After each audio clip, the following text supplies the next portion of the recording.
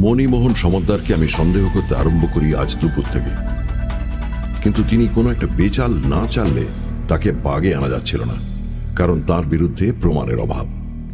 আমি তাই খানিকটা রিস্ক নিয়েই তাকে প্রশ্রয় দিচ্ছিলাম। আমাকে আচমকা আক্রমণ করে বাজনা নিয়ে পালানোটাই হলো তার ভুল চাল। শেষ পর্যন্ত তিনি পালাতে পারতেন না ঠিকই, কিন্তু তিনি যে এত তাড়াতাড়ি শায়েস্তা হলেন তার জন্য অবশ্যই দায়ী সাধনের এয়ারগান। মণিমোহন বাবুর একটা কথায় প্রথম খটকা লাগে। কথাটা যখন বলেছিলেন তখন লাগেনি, পরে লাগে। উনি বলেছিলেন পরশু ওর প্রেসে ওভারটাইম কাজ হচ্ছিল, তাই ওর বাড়ি ফিরতে অনেক রাত হয়েছিল। পরশু ছিল সোমবার। আমি জানি যে পাড়ায় মণিবাবুর প্রেস সে পাড়ায় সন্ধ্যায় নিয়মিত লোডশেডিং হয়। আমার এক প্রফেসর বন্ধু সেই একই পাড়ায় থাকে। আজ ইউরেকা প্রেসে ফোন করে জানতে পারি যে প্রথমত সোমবার বিকেল থেকে লোডশেডিং এর জন্য কাজ বন্ধ ছিল, আর দ্বিতীয়ত মণিমোহন বাবু দুপুরের পর আর সেদিন প্রেসেই যাননি।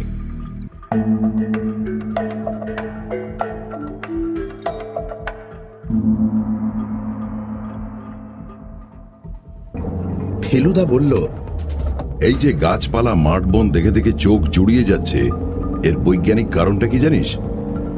কারণ আদিম কাল থেকে হাজার হাজার বছর ধরে গাছপালার মধ্যে বসবাস করে সবুজের সঙ্গে মানুষের চোখের একটা স্বাভাবিক স্বাস্থ্যকর সম্পর্ক গড়ে উঠেছিল। আজকাল গাছ জিনিসটা ক্রমে শহর থেকে লোপাট হতে চলেছে, তাই শহর ছেড়ে বেরোলেই চোখটা আরাম পায়, আর তার ফলে মনটাও হালকা হয়ে ওঠে। যত চোখের ব্যারাম দেখবি শহরে, পাড়াগাঁয়ে যা কি পাহাড়ে যা, দেখবি চশমা খুঁজে পাওয়া ভার। আমি জানি ফেলুদা নিজের চোখ খুব ভালো, তার চশমা লাগে না। সে ঘড়ি ধরে 3 মিনিট 15 সেকেন্ড চোখের পাতা না ফেলে থাকতে পারে, যদিও সে কোনোদিন গ্রামে টামে থাকেনি। এটা ওকে বলতে পারতাম, কিন্তু যদি মেজাজ বিগড়ে যায় তাই আর বললাম না। আমাদের সঙ্গে মণিবাবু রয়েছেন, মণিমোহন সমাদ্দার। তার চোখে পুরো মাইনাস পাওয়ারের চশমা। তিনিও অবশ্যই শহরের লোক, বয়স 50-50, বেশ ফর্সা রং, নাকটা যাকে বলে টিকোলো, কানের কাছে চুলগুলো পাকা। মণিমোহন বাবুর ফিয়াট গাড়িতেই আমরা যশোর রোড দিয়ে চলেছি বামুনগাছি। কেন যাচ্ছি সেটা এই বেলা বলা দরকার। গতকাল ছিল রবিবার, পুজোর ছুটি সবে আরম্ভ হয়েছে। আমরা দুজনে আমাদের বৈঠকখানায় বসে আছি। আমি খবরের কাগজ খুলে সিনেমার পাতায় বিজ্ঞাপন দেখছি, আর ফেলুদা একটা সংখ্যাতত্ত্ব সম্বন্ধ বই খুলে মনোযোগের সঙ্গে পড়ছে। আমি লক্ষ্য করছি সে কখনো আপন মনে হেসে আর কখনো ভুরু দুটোকে ওপরে তুলে ভালো লাগা আর অবাক হওয়াটা বোঝাচ্ছে। বইটা ডক্টর মেট্রিক্স সম্বন্ধে। ফেলুদা বলেছিল এই ডক্টর মেট্রিক্সের মতো মানুষের জীবনে সংখ্যা বা নম্বর জিনিসটা নাকি আশ্চর্য প্রভাব বিস্তার করে। অনেক সাধারণ বা অসাধারণ ঘটনার পেছনে নাকি খুঁজলে নানান রকম নম্বরের খেলা আবিষ্কার করা যায়। ব্যাপারটা আমার কাছে ঠিক পরিষ্কার হতো না যদি না ফেলুদা বইটা থেকে একটা উদাহরণ বার করে বুঝিয়ে দিত। বলল, ডক্টর মেট্রিক্সের একটা আশ্চর্য আবিষ্কারের কথা শোন। আমেরিকার দুজন বিখ্যাত প্রেসিডেন্ট খুন হয়েছিল জানিস তো? লিঙ্কন আর কেনেডি? হ্যাঁ। আচ্ছা, এই দুজনের নামে কটা করে অক্ষর? LINCOLN 7, KENNEDY 7। বেশ, এখন শোন। লিঙ্কন প্রেসিডেন্ট হন 1860 সালে, আর কেনেডি হন 1960 সালে, ঠিক 100 বছর পরে। দুজনেই খুন হন শুক্রবার। খুনের সময় দুজনেরই স্ত্রী পাশে ছিল। লিঙ্কন খুন হন থিয়েটারে, সে থিয়েটারের নাম ছিল ফোর্ড। কেনেডি খুন হন মোটর গাড়িতে, সেটা ফোর্ড কোম্পানির তৈরি গাড়ি। গাড়িটার নাম ছিল লিঙ্কন। লিঙ্কনের পরে যিনি প্রেসিডেন্ট হন তার নাম ছিল জনসন, অ্যান্ড্রু জনসন। কেনেডির পরে প্রেসিডেন্ট হন লিন্ডন জনসন। প্রথম জনের জন্ম 1808, দ্বিতীয় জনের জন্ম 1908, ঠিক 100 বছর পর। লিঙ্কনকে যে খুন করে তার নাম জানিস? জানতাম, ভুলে গেছি। জন উইলকস বুথ। তার জন্ম 1839 সালে। আর কেনেডিকে খুন করেন লি হার্ভে ওসওয়াল্ড। তার জন্ম ঠিক 100 বছর পরে, 1939। এইবারে নাম দুটো আরেকবার লক্ষ্য কর, জন উইলকস বুথ, লি হার্ভে ওসওয়াল্ড। কটা করে অক্ষর আছে নামে? অক্ষর গুণে থ হয়ে গেলাম। ঢোক গিলে বললাম, দুটোতেই 15। ফেলুদা হয়তো ডক্টর মেট্রিক্সের তাজ্জব আবিষ্কারের বিষয়ে আরও কিছু বলতো, কিন্তু ঠিক এই সময় বিনা অ্যাপয়েন্টমেন্টে এসে হাজির হলো মণিমোহন সমাদ্দার। ভদ্রলোক নিজের পরিচয় দিয়ে সোফায় বসে বললেন, আমি আপনাদের পাড়াতেই থাকি, লেক প্লেসে। ফেলুদা ও বলে চুপ করে গেল। আমি ভদ্রলোককে আর চোখে দেখছি। গায়ে একটা হালকা রঙের বুশশার্ট আর ব্রাউন প্যান্ট, পায়ে বাটার স্যান্ড্যাক জুতো। ভদ্রলোক একটু ইতস্তত করে গলা খাঁকড়িয়ে বললেন, আপনি হয়তো আমার কাকার নাম শুনে থাকবেন, রাধারমণ সমাদ্দার। এই সেদিন যিনি মারা গেলেন? ফেলুদা প্রশ্ন করল। যার খুব গান বাজনার শখ ছিল? আগে হ্যাঁ। অনেক বয়স হয়েছিল না? 82। হ্যাঁ হ্যাঁ, কাগজে পড়ছিলাম। অবশ্যই মৃত্যু সংবাদটা পড়ার আগে তার নাম শুনেছিলাম বললে মিথ্যে বলা হবে। এটা কিছুই আশ্চর্য না। উনি যখন গান বাজনা ছেড়েছেন তখন আপনি নেহাতি ছেলে মানুষ। প্রায় 15 বছর হলো রিটায়ার করে বামুনগাছিতে বাড়ি করে সেখানেই চুপচাপ বসবাস করছেন। 18ই সেপ্টেম্বর সকালে হার্ট অ্যাটাক হয়, সেই দিন রাত্রেই মারা যান। I see. ভদ্রলোক কয়েক সেকেন্ড চুপ। ফেলুদা তার বাঁ পাটা ডান পায়ের ওপর তুলে বসেছিল, এই ফাঁকে ডান পাটা বাঁ পায়ের ওপর তুলে দিল। মিস্টার সমাদ্দার একটু কিন্তু ভাব করে বললেন, আপনি হয়তো ভাবছেন লোকটা কি বলতে এলো, আসলে ব্যাকগ্রাউন্ডটা একটু না দিয়ে দিলে। নিশ্চয়ই। ফেলুদা বলে উঠল, আপনি তাড়াহুড়ো করবেন না, টেক ইউর টাইম। মণিমোহন বাবু বলতে লাগলেন, আমার কাকা ঠিক সাধারণ মানুষ ছিলেন না। ওর পেশা ছিল ওকালতি এবং তাতে রোজগারও করেছেন যথেষ্ট। বছর 50 বয়সে সেটা ছেড়ে দিয়ে একেবারে পুরোপুরি গান বাজনার দিকে চলে যান। শুধু গাইতেন না, 7-8 রকম দিশি বিলিতি যন্ত্র বাজাতে পারতেন। সেতার, বেহালা, পিয়ানো, হারমোনিয়াম, বাঁশি, তবলা এবং তাছাড়াও আরও কয়েকটা। তার উপরে সংগ্রহের বাতিক ছিল। ওর বাড়িতে বাদ্যযন্ত্রের একটা ছোটখাটো মিউজিয়াম করে ফেলেছিলেন। কোন বাড়িতে? ফেলুদা প্রশ্ন করল। অ্যামার স্ট্রিটে থাকতেই শুরু হয়, তারপর সেসব যন্ত্র বামুনগাছির বাড়িতে নিয়ে যান। যন্ত্রের সন্ধানে ভারতবর্ষের নানান জায়গায় গেছেন। বম্বেতে একবার এক ইটালিয়ান জাহাজির কাছ থেকে একটা বেহালা কেনেন। সেটা কলকাতায় এনে কিছুদিনের মধ্যেই বিক্রি করে দেন 30,000 টাকায়। ফেলুদা একবার আমাকে বলেছিল, ইটালিতে প্রায় 300 বছর আগে 2-3 জন লোক ছিল যাদের তৈরি বেহালার এমন কয়েকটা আশ্চর্য গুণ ছিল যে আজকের দিনে সেগুলোর দাম প্রায় লাখ টাকায় পৌঁছে গেছে। সমাদ্দার মশাই বলে চললেন, এই সব গুণের পাশে কাকার একটা মস্ত দোষ ছিল, তিনি ছিলেন অত্যন্ত কৃপণ। এই যে শেষ বয়সে আত্মীয় স্বজনের কাছ থেকে দূরে সরে গেলেন, তার একটা প্রধান কারণ হলো তার কৃপণতা। আত্মীয় বলতে আপনি ছাড়া আর কি আছে? এখন আর বিশেষ কেউ নেই। দূর সম্পর্কের আত্মীয় কিছু এদিক ওদিক ছড়িয়ে আছে। আমার কাকারা ছিল 4 ভাই 2 বোন। বোনেরা মারা গেছেন। ভাইয়ের মধ্যে কাকাকে নিয়ে 3 জন মারা গেছেন, আর একজন জীবিত কি মৃত জানা নেই। তিনি প্রায় 30 বছর আগে সংসার ছেড়ে চলে যান।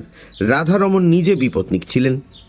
একটি ছেলে ছিল মুরলীধর, তিনিও প্রায় 25 বছর হলো মারা গেছেন। তার ছেলে ধরণীধর হলো কাকার একমাত্র নাতি। ছেলেবেলায় সে কাকার খুব প্রিয় ছিল। শেষটায় পড়াশোনায় জলাঞ্জলি দিয়ে যখন নাম বদলে থিয়েটারে ঢুকলো, তখন থেকে কাকা আর তার মুখ দেখেননি। এই হলো আত্মীয়। ধরণীধর বেঁচে আছেন? হ্যাঁ, সে এখন থিয়েটার ছেড়ে যাত্রার দলে যোগ দিয়েছে। কাকার মৃত্যুর পর তার খোঁজ করেছিলাম, কিন্তু সে কলকাতায় নেই। দলের সঙ্গে কোন অজপাড়াগায় ট্যুরে বেরিয়েছে। ওর বেশ নামটাম হয়েছে, গান বাজনাতেও ট্যালেন্ট ছিল, যে কারণে কাকা ওকে ভালোবাসতেন। মণিমোহনবাবু হঠাৎ যেন খেই হারিয়ে কয়েক সেকেন্ড চুপ করলেন, তারপর আবার বলে চললেন, আমার সঙ্গে কাকার যে খুব একটা যোগাযোগ ছিল তা নয়, বড়জোর 2 মাসে একবার দেখা হতো, ইদানিং আরও কম। আসলে আমার একটা ছাপাখানা আছে ভবানীপুরে, ইউরেকা প্রেস। তাতে এই গত কমাস লোডশেডিং নিয়ে খুব ভুগতে হয়েছে। কাকার হার্ট অ্যাটাকটা হওয়াতে ওর প্রতিবেশী অবনীবাবু আমাকে টেলিফোন করে খবর দেন। আমি তৎক্ষণাৎ চিন্তামণি বোসকে নিয়ে চলে যাই। যখন পৌঁছই তখন জ্ঞান ছিল না, মারা যাবার ঠিক আগে আবার জ্ঞান হলো। তখন দেখে মনে হলো চিনলেন, 2-একটা ভাঙা ভাঙা কথাও বললেন, ব্যাস তারপরেই শেষ। কি বললেন? ফেলুদা জিজ্ঞেস করল। সে এখন আর পায়ের ওপর পা তুলে নেই, চেয়ারের সামনের দিকে এগিয়ে বসেছে। প্রথমে বললেন, আমার নামে। তারপর কিছুক্ষণ ঠোঁট নড়ছে, কথা নেই। শেষে অনেক কষ্টে 2বার বললেন, চাবি চাবি, ব্যাস। ফেলুদা ভুরু কুচকে চেয়ে রয়েছে মণিমোহন বাবুর দিকে। বলল, কি বলতে চাচ্ছিলেন সেটা আন্দাজ করতে পেরেছিলেন কি? প্রথম অংশ শুনে মনে হলো ওর নামে যে কৃপণ বলে অপবাদটা রটেছিল সেটার বিষয়ে কিছু বলতে চাইছেন। আমার ধারণা ওর মনে একটা অনুশোচনার ভাব জেগেছিল। কিন্তু আসল কথাটা হচ্ছে ওই চাবি। কিসের চাবির কথা বলছেন কিছুই বোঝা গেল না। ঘরে একটা আলমারি আর একটা সিন্দুক ছিল, তার চাবি ওর খাটের পাশেই টেবিলের দেরাজে থাকতো। বাড়িতে ঘর মাত্র 3টে আর একটা বাথরুম, সেটা শোবার ঘরের সঙ্গে লাগা। আসবাবপত্র বলতে বিশেষ কিছুই নেই।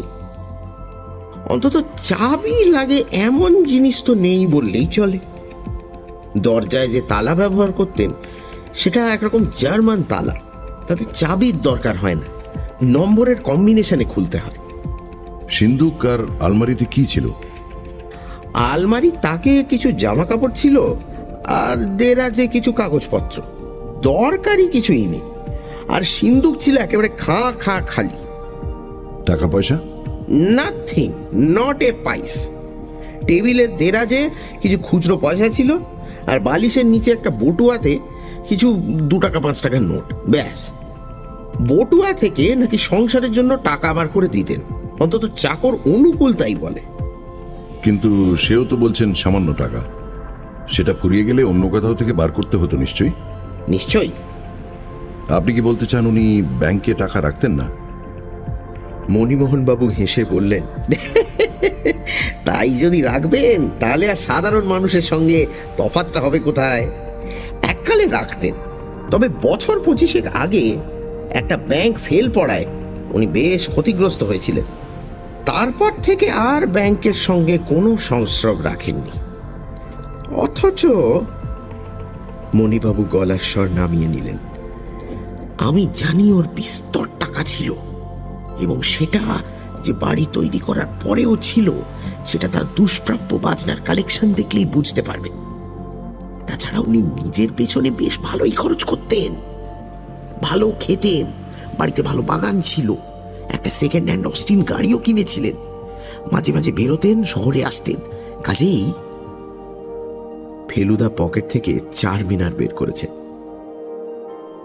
মণিমোহন বাবুকে অফার করে দেশলাই ধরিয়ে দিল। ভদ্রলোক বেশ ভালো করে টান দিয়ে ধোঁয়া ছেড়ে বললেন, এতক্ষণে হয়তো আন্দাজ করেছেন কেন আপনার কাছে এসেছি। এতগুলো টাকা সব গেল কোথায়? কোন চাবির কথা বলছিলেন কাকা? সে চাবি দিয়ে কোন জিনিসটা খুললে কি পাওয়া যাবে? সেটা কি টাকা না অন্য কিছু? যদি উইল থেকে থাকে তাহলে সেটা তো পাওয়া দরকার। উইল না থাকলে অবশ্যই টাকা নাতেই পাবে, কিন্তু তার আগে টাকাটা তো পেতে হবে।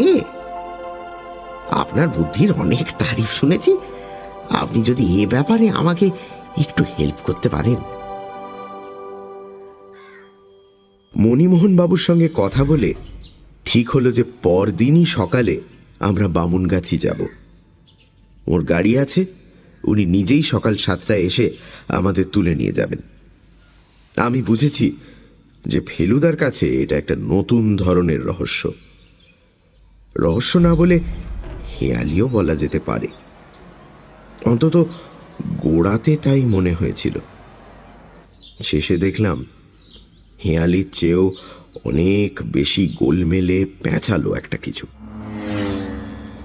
বারাসাত ছাড়িয়ে একটা রাস্তা যশোর রোড থেকে ডান দিকে মোড় নিয়ে বামুনগাছির দিকে গেছে।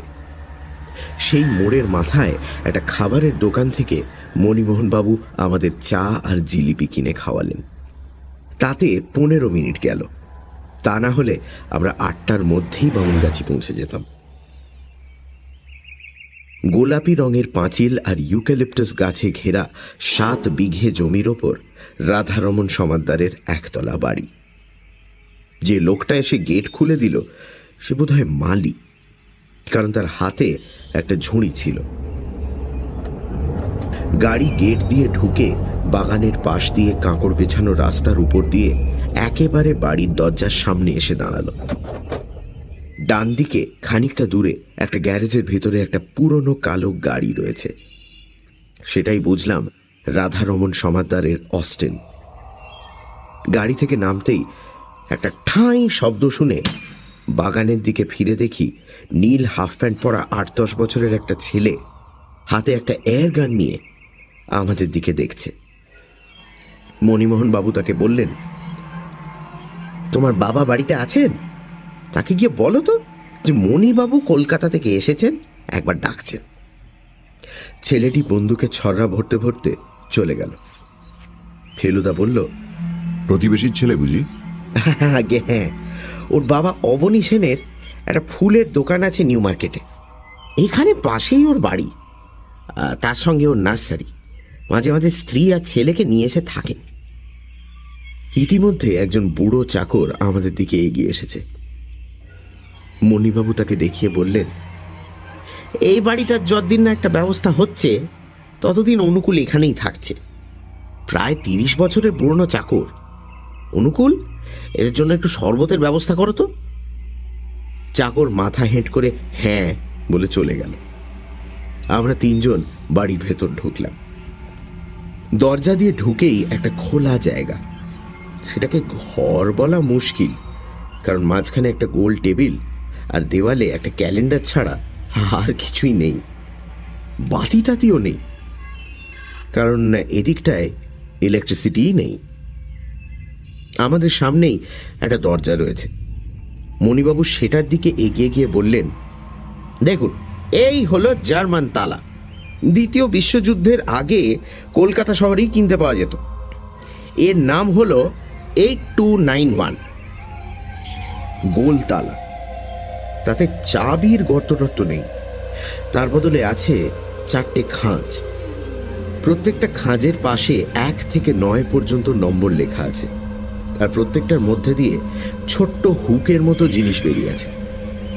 এই হুকগুলোকে খাঁজের মধ্যে এ মাথা থেকে ও মাথা পর্যন্ত ঠেলে সরানো যায়, আর দরকার হলে যে কোনো একটা নম্বরের পাশে বসিয়ে দেওয়া যায়। কোনটাকে কোন নম্বরে বসাতে হবে না জানলে তালা খোলা অসম্ভব। মণিবাবু বাঁদিকের খাঁজ থেকে শুরু করে হুকগুলোকে পরপর 8, 2, 9 আর 1 নম্বরে ঠেলে দিতেই খড়াত শব্দ করে ম্যাজিকের মতো তালাটা খুলে গেল। মণিবাবু বললেন, বন্ধ করাটা আরো সহজ। তালাটা লাগিয়ে যে কোনো একটা হুক নম্বরের থেকে একটু সরিয়ে দিলেই লক। আমরা 3 জন রাধারমণ সমাদ্দারের ঘরে ঢুকলাম। ঘরটা বেশ বড়, তাতে মণিবাবু যা যা বলেছেন সবই আছে, কিন্তু বাজনা যে এত রকম আছে সেটা ভাবতেই পারিনি। তার কিছু রয়েছে দক্ষিণ দিকের দেওয়ালের গায়ে একটা লম্বা শেলফের 3টে তাকের ওপর, কিছু পূব দিকের দেয়ালের সামনে একটা লম্বা বেঞ্চির ওপর, কিছু ঝুলছে দেয়ালের হুক থেকে, আর কিছু রয়েছে ছোট ছোট টেবিলের ওপর।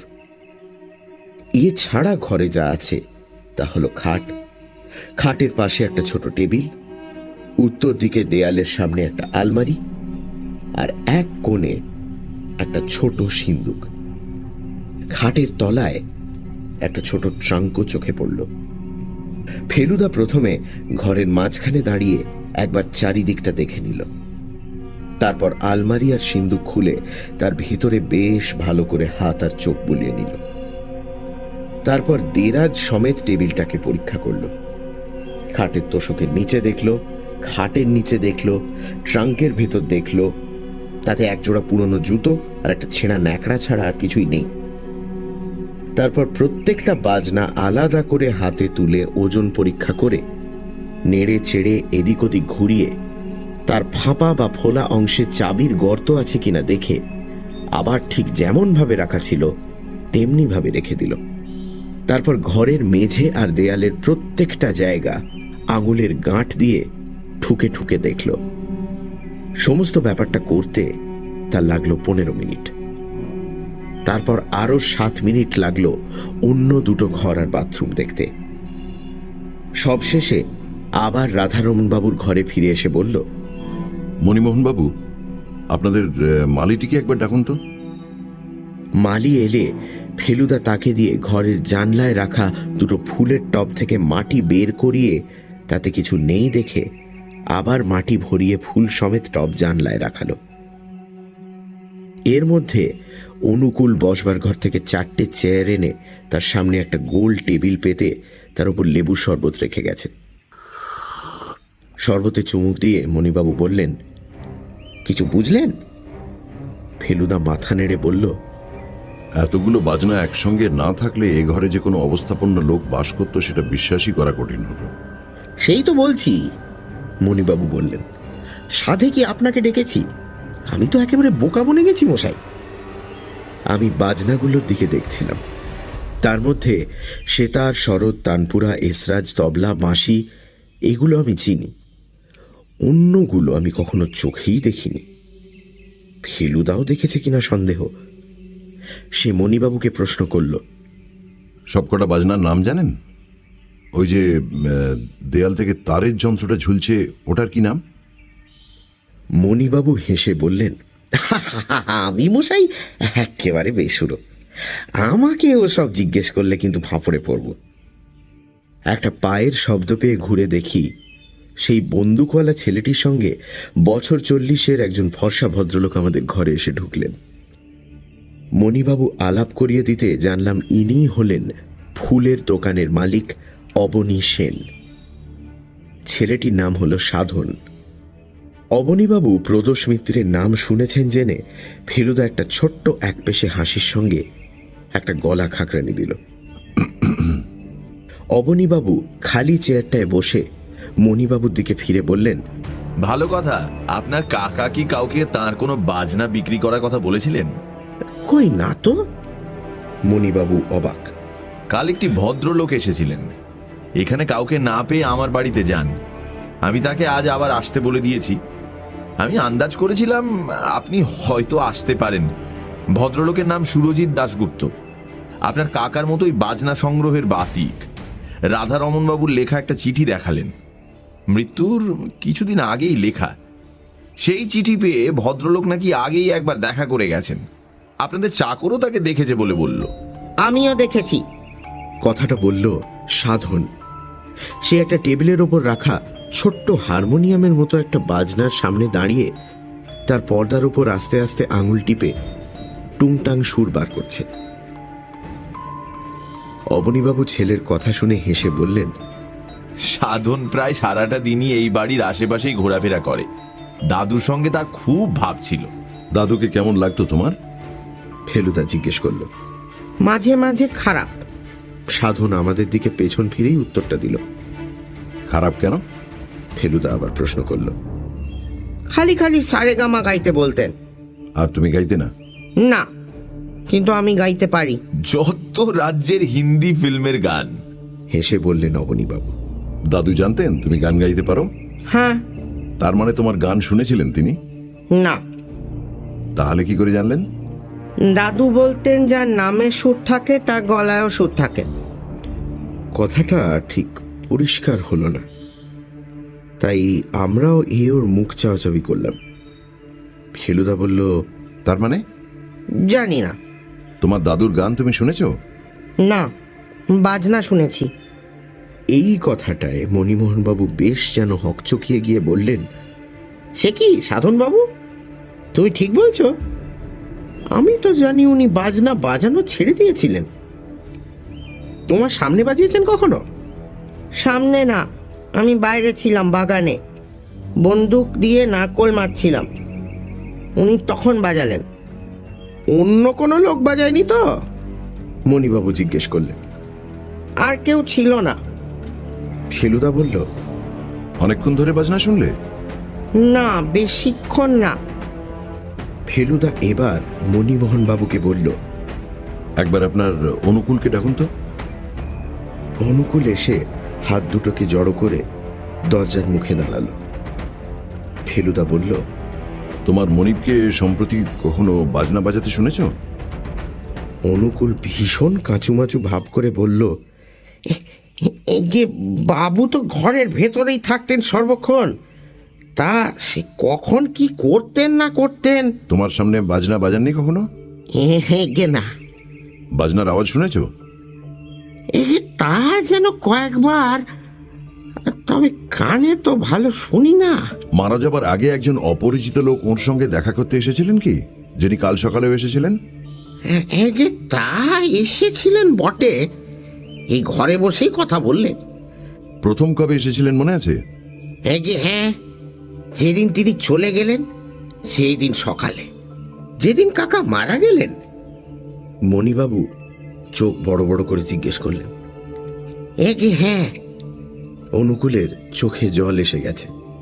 সে গামছা দিয়ে চোখ মুছে ধরা গলায় বলল, সে ভদ্রলোক গেলেন চলে, আর তার কিছুক্ষণ পরেই আমি বাবুর স্নানের জল গরম করে নিয়ে তেনাকে বলতে গিয়ে দেখি তেনার যেন হুঁশ নেই। কয়েকবার বাবু বাবু করে ডেকে যখন সাড়া পেলাম না, তখন এনার বাড়িতে গেলাম খবর দিতে। অনুকূল অবনীবাবুর দিকে দেখিয়ে দিল। অবনীবাবু বললেন, আমি ব্যাপার দেখেই মণিবাবুকে টেলিফোন করে একজন ডাক্তার নিয়ে আসতে বলি। অবশ্যই বিশেষ কিছু করার ছিল না। একটা গাড়ির আওয়াজ পাওয়া গেল। অনুকূল বাইরে চলে গেল। মিনিট খানেকের মধ্যেই ঘরে এসে ঢুকলেন লম্বা জুলফি, ঝাঁকড়া চুল, লম্বা গোঁফ আর পুরু ফ্রেমের চশমা পরা এক ভদ্রলোক। জানা গেল ইনি সুরজিৎ দাশগুপ্ত। অবনীবাবু মণিমোহনবাবুকে দেখিয়ে বললেন, আপনি এর সঙ্গে কথা বলুন, ইনি রাধারমন বাবুর ভাইপো। ও আই সি, আপনার কাকার সঙ্গে আমার চিঠিতে আলাপ হয়, উনি আমাকে এসে দেখা করতে। মণিবাবু তার কথার উপরেই বললেন, কাকার চিঠিটা সঙ্গে আছে কি? ভদ্রলোক তার কোটের ভেতরের পকেট থেকে একটা পোস্ট কার্ড বার করে মণিবাবুর হাতে দিলেন। মণিবাবুর পড়া হলে সে চিঠি ফেলুদার হাতে গেল। আমি ঝুঁকে পড়ে দেখলাম তাতে রাধারমণবাবু ভদ্রলোককে রবিবার 18ই সেপ্টেম্বর সকাল 9টা থেকে 10টার মধ্যে তার সঙ্গে দেখা করতে লিখেছেন। কারণটাও বলা আছে, বাদ্যযন্ত্র আমার যাহা আছে তাহা আমার নিকটেই আছে, আপনি আসিলেই দেখিতে পাইবেন। উল্টো দিকে ভদ্রলোকের ঠিকানাটাও ফেলুদা দেখে নিল। Minerva hotel, central avenue, Kolkata 13। Feluda চিঠিটা পড়ে খাটের পাশে টেবিলের ওপর রাখা সুলেখা ব্লু ব্ল্যাক কালিটার দিকে এক ঝলক দেখে নিল। চিঠিটা মনে হয় সেই কালিতেই লেখা। সুরজিৎবাবু এতক্ষণ দাঁড়িয়েছিলেন, এবার যেন একটু অসহিষ্ণুভাবেই খাটের একটা কোণে গিয়ে বসলেন। পরের প্রশ্নটাও মণিমোহনবাবুই করলেন। 18 তারিখে আপনার সঙ্গে কি কথা হয়? সুরজিৎবাবু বললেন, কিছুদিন আগে একটা পুরনো গীতভারতী পত্রিকায় বাদ্যযন্ত্র সম্বন্ধে ওর একটা লেখা পড়ে আমি রাধারমন বাবু সম্বন্ধে জানতে পারি। এইখানে এসে ওর কালেকশন দেখে আমি তার থেকে দুটো যন্ত্র কেনার ইচ্ছা প্রকাশ করি। দাম নিয়ে কথা হয়, আমি দুটোর জন্য 2000 টাকা অফার করি। উনি রাজি হন। আমি তখনই চেক লিখে দিচ্ছিলাম, উনি 2 দিন পরে ক্যাশ নিয়ে আসতে বললেন। তাই বুধবার আবার অ্যাপয়েন্টমেন্ট হয়। মঙ্গলবার কাগজে দেখি উনি মারা গেছেন। তারপর আমি দেরাদুন চলে যাই, পরশু ফিরেছি। মণিবাবু বললেন, আপনি যেদিন দেখা করতে আসেন সেদিন ওর শরীর কেমন ছিল? ভালোই তো, তবে ওর বোধহয় একটা ধারণা হয়েছিল উনি আর বেশি দিন বাঁচবেন না। দু একটা কথায় সেরকম একটা ভাব প্রকাশ পাচ্ছিল। আপনার সঙ্গে কোনো কথা কাটাকাটি হয়নি তো? প্রশ্নটা শুনে সুরজিৎ বাবুর মুখ কয়েক মুহূর্তের জন্য যেন বেশ কালো হয়ে গেল। তারপর চাপা গলায় বললেন, আপনি কি ভদ্রলোকের হার্ট অ্যাটাকের জন্য আমাকে দায়ী করছেন? মণিবাবু যথাসম্ভব ঠান্ডাভাবেই বললেন, আপনি ইচ্ছে করে কিছু করেছেন বলছি না, তবে আপনি যাবার কিছুক্ষণ পরেই তো উনি অসুস্থ হয়ে পড়েন, তাই। তা হতে পারে, তবে আমি যতক্ষণ ছিলাম ততক্ষণ তিনি সম্পূর্ণ সুস্থ ছিলেন। এনিওয়ে, আপনি আমার ব্যাপারে নিশ্চয়ই একটা ডিসিশন নিতে পারবেন। আমি ক্যাশ টাকা নিয়ে এসেছি 2000। ভদ্রলোক পকেট থেকে মানি ব্যাগ বের করলেন। যন্ত্র দুটো আজ পেলে ভালো হতো। আমি কাল দেরাদুন ফিরে যাচ্ছি। আমি থাকি ওখানেই মিউজিক নিয়ে রিসার্চ করি। কোন দুটো যন্ত্রের কথা বলছেন আপনি? সুরজিৎ বাবু খাট থেকে উঠে দেওয়ালের দিকে হুকে ঝোলানো একটা বাজনার দিকে দেখিয়ে বললেন, একটা হলো এটা, এর নাম খামাঞ্চে, ইরানের যন্ত্র। এটার নাম জানতাম কিন্তু দেখিনি কখনো, বেশ পুরনো যন্ত্র। আর অন্যটা হলো... সুরজিৎ বাবু ঘরের উল্টো দিকে একটা নিচু টেবিলের ওপর রাখা ছোট্ট হারমোনিয়ামের মতো দেখতে যন্ত্রটার সামনে এসে দাঁড়ালেন। এটাই কিছুক্ষণ আগে সাধন বাজাচ্ছিল। ভদ্রলোক সেটার দিকে আঙুল দেখিয়ে বললেন, এটার নাম মেলোকর্ড। এটা বিলিতি যন্ত্র, আগে দেখিনি কখনো। আমার বিশ্বাস অল্প কয়েকদিনের জন্য ম্যানুফ্যাকচার হয়েছিল, তারপর বন্ধ হয়ে যায়। খুব সিম্পল যন্ত্র, তবে আর পাওয়া যায় না বলে 1000 অফার করেছিলাম। উনি তখন রাজি হয়েছিলেন। ওগুলো এখন দেওয়া যাবে না মিস্টার দাশগুপ্ত। সুরজিৎ বাবু থমকে গেলেন। কথাটা বলেছে ফেলুদা, আর বলেছে বেশ জোরের সঙ্গে। তীক্ষ্ণ দৃষ্টিবান হানার কথাটা কোন বইয়ে যেন পড়েছি।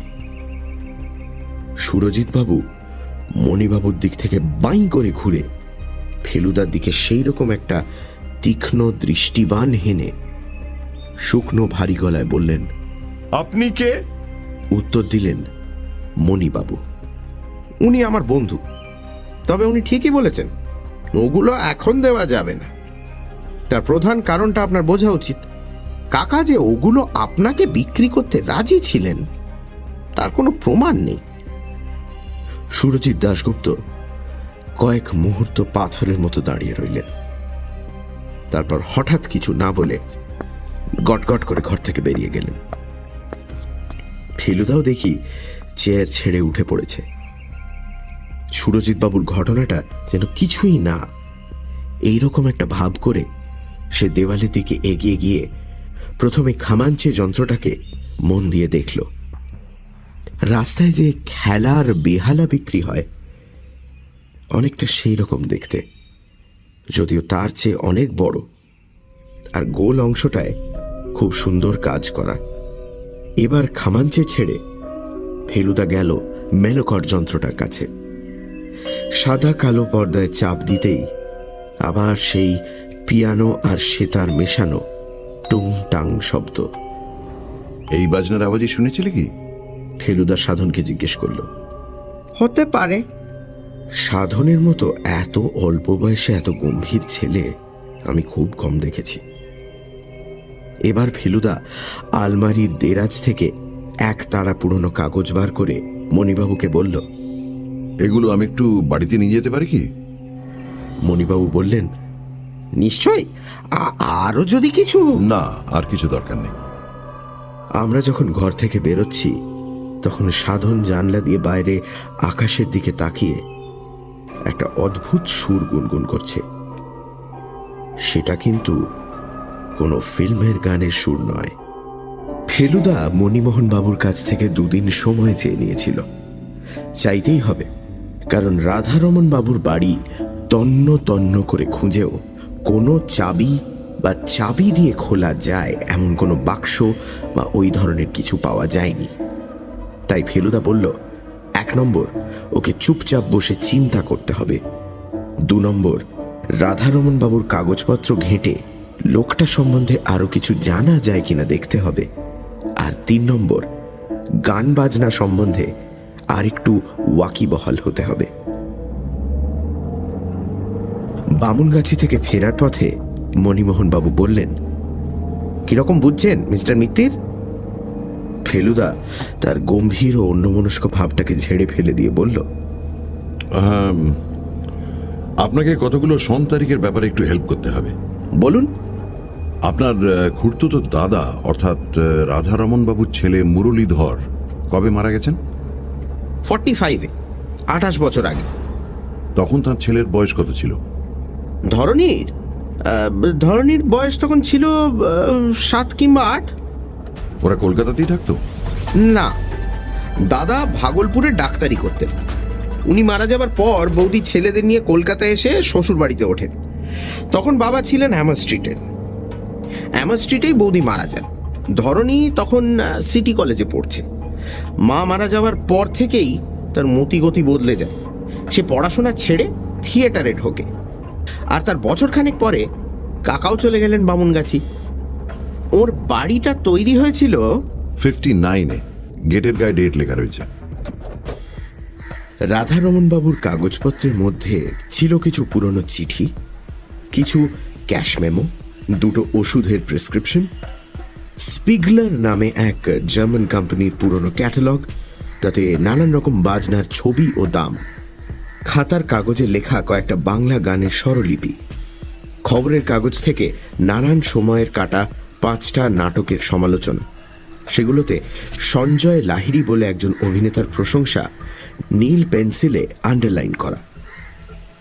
এর মধ্যে 3টে জিনিস নিয়ে ফেলুদা মন্তব্য করল। স্বরলিপিগুলো দেখে বলল, সুরজিৎ বাবু যে পোস্টকার্ডটা দেখালেন তার হাতের লেখার সঙ্গে এ লেখা মিলে যাচ্ছে। ক্যাটালগটা দেখে বলল, মেলোকর্ড বলে কোনো যন্ত্রের নাম এতে দেখছি না।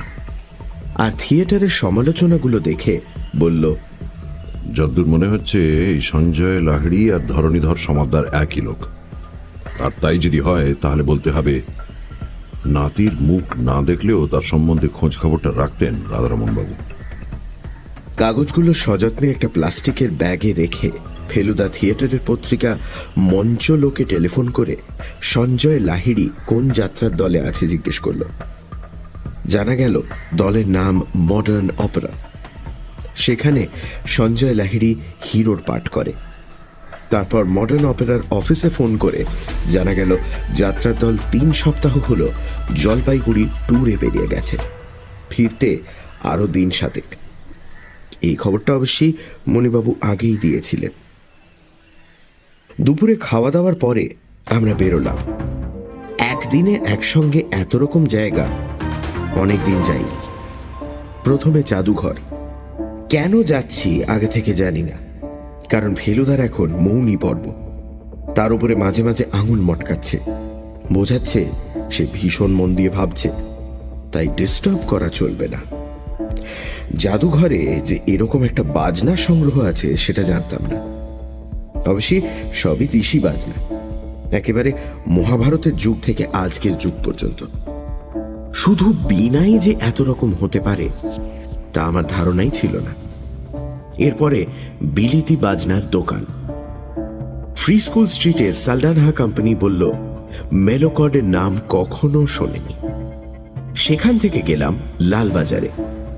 লালবাজারের মন্ডল কোম্পানির একটা ক্যাশ মেমো রাধারমণ বাবুর কাগজপত্রের মধ্যে ছিল, তাই বোধহয় ফেলুদা সেখানে গেল। দোকানের মালিক একেবারে জোহর রায়ের মতো দেখতে। বললেন, সমাদ্দার মশাই আমাদের অনেক দিনের খদ্দের, সেই আমার ফাদারের টাইম থেকে।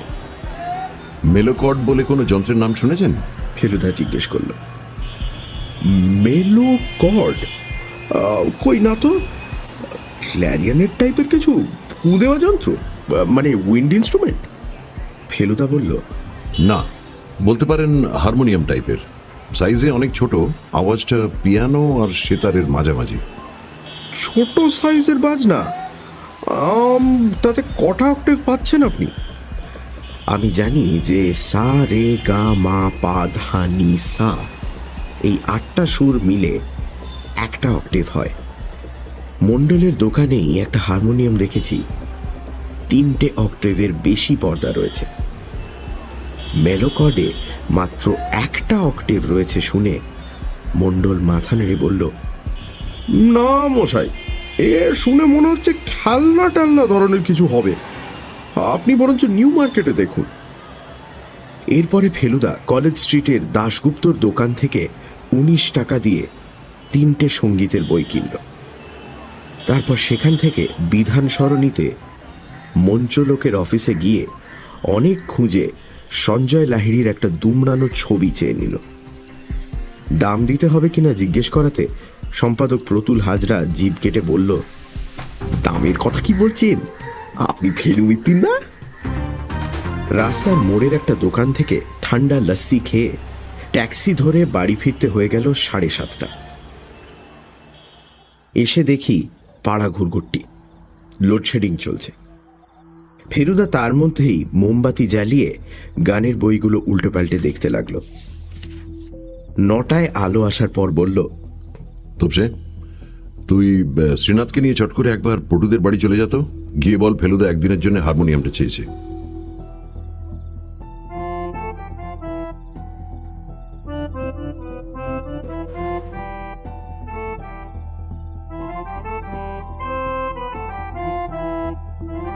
ঘুমোবার আগে পর্যন্ত শুনলাম ফেলুদা প্যাঁ প্যাঁ করে হারমোনিয়াম বাজাচ্ছে।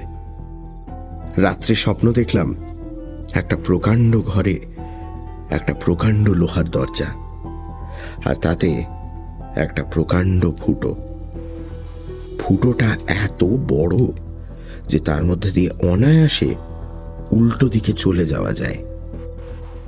কিন্তু তা না করে আমি, ফেলুদা আর মণিমোহনবাবু 3 জনে একসঙ্গে একটা প্রকাণ্ড চাবিকে আঁকড়ে ধরে সেটাকে ফুটোটার মধ্যে ঢোকাতে চেষ্টা করছি, আর সুরজিৎ দাশগুপ্ত একটা আলখাল্লা পড়ে তিড়িং বিড়িং লাফাচ্ছে আর সুর করে বলছে, 8291 8291 8291।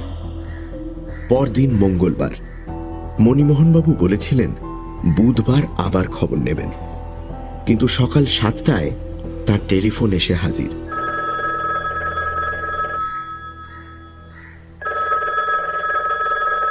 ফোনটা আমি ধরেছিলাম।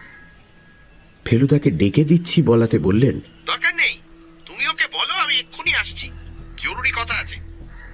15 মিনিটের মধ্যেই ভদ্রলোক এসে গেলেন। বললেন, অবনীবাবু এই একটুক্ষণ আগে বামুনগাছি থেকে ফোন করেছিলেন। কাকার শোবার ঘরে মাঝরাত্রে লোক ঢুকেছিল। ওই জার্মান তালার সংকেত আর কে জানে? ফেলুদা তৎক্ষণাৎ প্রশ্ন করল। আমার ভাইপো জানতো, অবনীবাবু জানেন কিনা জানি না, বোধ হয় না। তবে সামনের দরজা দিয়ে ঢোকেনি সে লোক, তবে বাথরুমে জমাদার ঢোকার দরজা দিয়ে। কিন্তু কাল যখন বাথরুমে গেলাম তখন তো সে দরজা বন্ধ ছিল, আমি নিজে দেখেছি। পরে হয়তো কেউ খুলেছিল। যাই হোক, কিছু নিতে পারেনি, ঢোকার সঙ্গে সঙ্গেই অনুকূল টের পেয়ে গেছিল। আপনি এখন ফ্রি আছেন, একবার যেতে পারবেন? নিশ্চয়ই, তবে তার আগে একটা প্রশ্ন আছে। রাধারমণ বাবুর নাতিকে, অর্থাৎ আপনার ভাইপো ধরণীধরকে এখন দেখলে চিনতে পারবেন? মণিবাবু ভুনুকুচকে বললেন, অনেককাল দেখা নেই ঠিকই, তবু হাজার হোক ভাইপো তো। ফেলুদা তার ঘর থেকে একটা ছবি এনে মণিমোহনবাবুকে দিল। মঞ্চলোকের অফিস থেকে আনা সঞ্জয় লাহিড়ির ছবি। তার উপর ফেলুদা কালি দিয়ে একজোড়া গোঁপ আর একটা মোটা ফ্রেমের চশমা এঁকে দিয়েছে। মণিবাবু লাফিয়ে উঠে বললেন, আরে এ যে দেখছি! সুরজিৎ দাশগুপ্তর মতো মনে হচ্ছে কি? হ্যাঁ হ্যাঁ, কেবল নাকের কাজটা একটু। যাই হোক, মিল একটা আছে। এটা আসলে আপনার ভাইপোরই ছবি, আমি কেবল একটু রং চড়িয়েছি। আশ্চর্য, আমারও কথাটা মনে হয়নি তা নয়। ইনফ্যাক্ট কাল রাত্রিরে একবার ভেবেছিলাম আপনাকে ফোন করে বলি, কিন্তু প্রেসে ওভারটাইম কাজ হচ্ছিল, ফিরতে অনেক রাত হলো, তাই আর বলা হয়নি। সে নিশ্চিত হয়ে কিছু বলা সম্ভব হতো না। ধরণীকে গত 15 বছরে প্রায় দেখিনি বললেই চলে। থিয়েটারেও না, কারণ ও বাতিকটা আমার একদম নেই। আর যাত্রা তো ছেড়েই দিলাম। অথচ আপনার অনুমান যদি সত্যি হয় তাহলে দুটো ব্যাপার প্রমাণ করতে হয়। এক, সুরজিৎ দাশগুপ্ত বলে আসলে কেউ নেই। দুই, সঞ্জয় লাহিড়ী যাত্রা দল থেকে ছুটি নিয়ে চলে এসেছে, এবং সেটা এসেছে আপনার কাকার মৃত্যুর আগেই। তবে মিনার্ভা হোটেলের নম্বরটা বার করতো। হোটেলের সঙ্গে কথা বলে জানা গেল সুরজিৎ দাশগুপ্ত বলে একজন সেখানে এসেছিলেন বটে, কিন্তু গতকাল সন্ধেবেলায় তিনি হোটেল ছেড়ে চলে গেছেন। মডার্ন অপেরায় ফোন করে লাভ নেই, কারণ কালকেই তাদের সঙ্গে কথা হয়েছে আর তারা বলেছে যে সঞ্জয় লাহিড়ী ট্যুরে গেছে। বামুনগাছি পৌঁছিয়ে ফেলুদা প্রথমে পাঁচিলের বাইরেটা ঘুরে দেখল। যেই আসুক তাকে গাড়ি বা ট্যাক্সি করে আসতে হয়েছে, আর সে গাড়ি বাড়ি থেকে দূরে রেখে বাকি পথটা হেঁটে এসে পাঁচিল টপকাতে হয়েছে। শেষের কাজটা কঠিন নয়, কারণ 3 জায়গায় পাঁচিলের বাইরে গাছ রয়েছে, আর সে গাছের নিচু ডাল পাঁচিলের ওপর দিয়ে কম্পাউন্ডের ভেতরে ঢুকেছে। মুশকিল হচ্ছে কি, বর্ষার দিন হলে মাটিতে পায়ের ছাপ পড়ত, কিন্তু এ মাটি একেবারে খটখটে শুকনো। অনুকূলের শরীর ভালো নয়। সে তার ঘরে বিছানায় শুয়ে কুঁই কুঁই করে যা বলল, তাতে বোঝা গেল যে মাথা যন্ত্রণায় আর মশার কামড়ে রাত্রে তার ভালো ঘুম হচ্ছিল না। সে যেখানে শোয় সেখান থেকে তার খাটের পাশের জানলা দিয়ে সোজা রাধারমণ বাবুর ঘরের জানলা দেখা যায়। অন্ধকারের মধ্যে হঠাৎ সেই ঘরে একটা আলো দেখে সে ধর্মড়িয়ে উঠে কে কে বলে হাঁক দিয়ে ছুটে যায়। কিন্তু সে পৌঁছবার আগেই দেখে একজন লোক রাধারমণ বাবুর বাথরুমের দরজা দিয়ে দৌড়ে বেরিয়ে অন্ধকারে মিলিয়ে গেল। বাকি রাত্রে নাকি অনুকূল রাধারমণ বাবুর ঘরের মেঝেতে শুয়ে থাকে। অন্ধকারের মধ্যে সে লোককে চিনতে পারোনি বোধ হয়? মণিবাবু প্রশ্ন করলেন। না বাবু, আমি বুড়ো মানুষ, চোখে ভালো দেখি না। কাল আবার ছিল অমাবস্যা। রাধারমণ বাবুর ঘরে গিয়ে দেখলাম জিনিসপত্র যেমন ছিল তেমনই আছে, কিন্তু তাও ফেলুদার গম্ভীর গলার স্বরে বেশ ঘাবড়ে গেলাম। মণিবাবু, বারাসত থানায় খবর দিতে হবে। এ বাড়িতে আজ রাত থেকে পাহারার বন্দোবস্ত করতে হবে। সে লোক আবার আসতে পারে, আর সুরজিৎ দাশগুপ্ত যদি সঞ্জয় লাহিড়ী নাও হন, তাহলেও তাকে সন্দেহ করতে হবে, কারণ ওই দুটো যন্ত্রের উপর তার যথেষ্ট লোভ। পয়সা দিয়ে কেনা সম্ভব না হলে অন্য উপায়ে ওগুলো হাত করার চেষ্টা অস্বাভাবিক নয়। এইসব কালেক্টরদের গুঁ বড় সাংঘাতিক। মণিবাবু বললেন, আমি অবনীবাবুর বাড়ি থেকে এক্ষুনি থানায় ফোন করে দিচ্ছি। ওসির সঙ্গে আমার আলাপ আছে। ভদ্রলোক ব্যস্তভাবে ঘর থেকে বেরিয়ে গেলেন। ফেলুদা মেলোকরটাকে নিয়ে খাটের ওপর বসে নেড়ে চেড়ে দেখতে লাগলো। দারুণ মজবুত তৈরি, দুপাশের কাঠে সুন্দর কাজ করা। জিনিসটাকে চিৎ করে আলোতে ধরতে একটা রং চটে যাওয়া লেবেল দেখা গেল। ফেলুদার চোখ কুঁচকে লেখাটা পড়ে বলল, স্পিগলার কোম্পানির তৈরি, মেড ইন জার্মানি।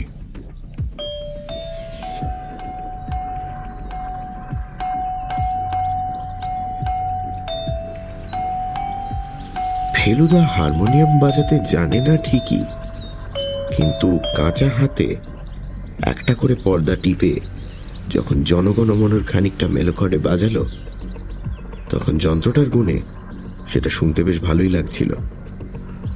তারপর সেটাকে আবার টেবিলের উপর রেখে বলল, একবার ইচ্ছে করছে জিনিসটাকে ভেঙে ভেতরে কি আছে দেখি, কিন্তু যদি দেখি কিছু নেই তাহলে বাজনাটার জন্য আফসোস হবে। সুরজিৎ দাশগুপ্ত 1000 টাকা অফার করছিল এটার জন্য। অনুকূল এই শরীর নিয়েও শরবত করে এনেছিল। সেটাই চুমুক দেওয়ার সঙ্গে সঙ্গেই মণিমোহনবাবু ফিরে এসে বললেন, থানায় বলে দিয়েছি 2 জন লোক থাকবে সন্ধ্যে থেকে। অবনীবাবু বাড়ি ছিলেন না, সাধনকে নিয়ে কলকাতায় গেছেন, ফিরবেন বিকেলে। ফেলুদা বলল, রাধারমন বাবুর টাকা লুকিয়ে রাখার ব্যাপারটা আপনি ছাড়া আর কে জানতে পারে? মণিবাবু গম্ভীরভাবে বললেন, আমি নিজে জেনেছি কাকার মৃত্যুর পরে। টাকা যে খোঁজাখুঁজি হচ্ছে সেটা অবশ্যই অবনীবাবু জানেন, কিন্তু তার অ্যামাউন্টটা কত হতে পারে সেটা জানবার কথা নয়। আর সুরজিৎ দাশগুপ্ত যদি আসলে ধরণীধর হয়ে থাকে, তাহলে সে যেদিন কাকার সঙ্গে এসে কথা বলেছিল সেদিন কিছু জেনে থাকতে পারে। আমার তো বিশ্বাস সে কাকার কাছে টাকাই চাইতে এসেছিল, তারপর কাকার সঙ্গে কথা কাটাকাটি হয়, তার ফলে। মণিবাবু কথাটা শেষ করলেন না। ফেলুদা তার দিকে এক দৃষ্টে তাকিয়ে বলল, তার ফলে আপনার কাকার হার্ট অ্যাটাক হয়, আর সেই অবস্থাতেই ধরণীধর ঘরের মধ্যে টাকা অনুসন্ধান করে। আপনি এই ভাবছেন তো? কিন্তু আমি এটাও জানি যে সে টাকা খুঁজে পায়নি। যদি পেত তাহলে সে বাজনা কেনার অজুহাতে আবার ফিরে আসতো না, এই তো? ঠিক তাই। তার ধারণা ওই দুটো বাজনার একটার মধ্যে টাকাটা রয়েছে। মেলোকড। মণিবাবু ফেলুদার দিকে তীক্ষ্ণ দৃষ্টি দিলেন। আপনি তাই বলছেন? আমার মন তাই বলছে, ফেলুদা বলল। তবে আমি আন্দাজে ঢিল মারা পছন্দ করি না, আর আপনার কাকার শেষ কথাগুলো আমি ভুলতে পারছি না। আপনার শুনতে কোনো ভুল হয়নি তো? উনি চাবি কথাটাই বলেছিলেন তো? মণিবাবু হঠাৎ কেমন যেন অপ্রতিভ হয়ে পড়লেন। হাত কচলাতে কচলাতে বললেন, কি জানি মশাই, চাবি বলেই তো মনে হলো। অবশ্যই এমন হতে পারে যে কাকা আসলে প্রলাপ বকছিলেন। চাবি কথাটার হয়তো কোনো অর্থই নেই। কথাটা শুনে আমার মনটা বেশ দমে গিয়েছিল, কিন্তু ফেলুদার মধ্যে দমবার কোনো লক্ষণ দেখলাম না। ও বলল, প্রলাপই হোক আর যাই হোক, এই ঘরে টাকা আছে। আমি যেন সে টাকার গন্ধ পাচ্ছি। চাবিটা আসল কথা নয়, আসল কথা টাকা। তাহলে আপাতত কি করবেন সেটা ঠিক করুন। করেছি। আপাতত বাড়ি ফিরব। দিনের বেলা কোনো ভয় নেই। অনুকূলকে বলে দেবেন চোখ রাখতে, আর বাইরের কোনো লোককে যেন ঢুকতে না দেওয়া হয়। রাত্রে তো পাহারাই থাকবে। আমি বাড়ি গিয়ে আমার খাতা নিয়ে আমার ঘরে আমার খাটের উপর বালিশে বুক দিয়ে উপুড় হয়ে শুয়ে চিন্তা করব। একটা আবছা আলো দেখতে পাচ্ছি, সেটা আরো উজ্জ্বল হওয়া দরকার। তবে একটা কথা, তেমন বুঝলে আজ রাতটা আমি এখানে কাটাতে চাই। আপনার আপত্তি নেই তো? মোটেই না। 8টা নাগাদ আপনাকে তুলে নিতে পারি। ও ভালো কথা। আপনি সংখ্যাতত্ত্বে বিশ্বাস করেন? সংখ্যাতত্ত্ব? মণিমোহন ভ্যাবাচাকা। ফেলুদা তার এক পেশে হাসি হেসে বলল, আপনাদের সবাইয়ের নাম দেখছি 5 অক্ষরের। রাধারমন, মুরলীধর, ধরণীধর, মণিমোহন। তাই প্রশ্নটা মনে এলো। আগে লেখ, মৃত ব্যক্তির নাম কি ছিল? ফেলুদা তার খাটে বসে আছে, আমি তার পাশে চেয়ারে। আমার হাতে সে খাতা পেন্সিল ধরিয়ে দিয়েছে। আমি লিখলাম, রাধারমন সমাদ্দার। তার নাতির নাম? ধরণীধর সমাদ্দার। নাতির থিয়েটারি নাম? সঞ্জয় লাহিড়ী। দেরাদুনের বাজনা সংগ্রাহকের নাম? সুরজিৎ দাশগুপ্ত। রাধারমনের প্রতিবেশীর নাম? অবনী সেন। তার ছেলের নাম?